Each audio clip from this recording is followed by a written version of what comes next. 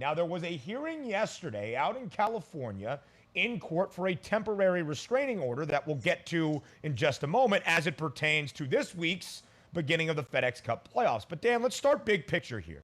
A couple of weeks ago, a lawsuit was brought against the PGA Tour, a federal antitrust lawsuit that Phil Mickelson and 10 other LIV golfers had filed.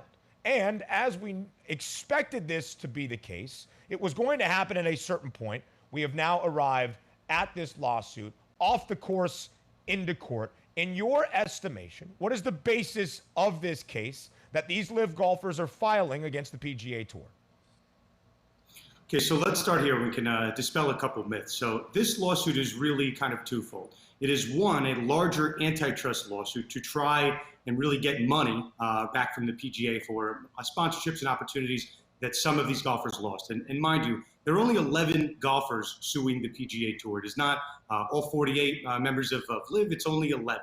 So that's kind of number one, right? It's an antitrust lawsuit. We can get into that. And number two, which we will talk about, was the hearing yesterday was specifically for a temporary restraining order to allow 3 golfers in particular to play in the upcoming playoffs. So kind of 2 separate elements of that. So yes, we might have round 1 in the books, but the larger antitrust lawsuit still exists. And Ben, to your question, right?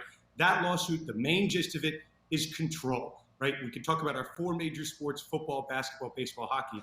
All of those are backed by players' unions. Those are employers versus employees.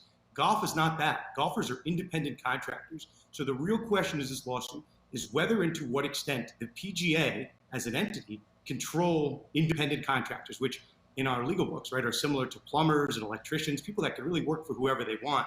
Not really so with respect to these LIV golfers, but that's really what's at dispute in this case.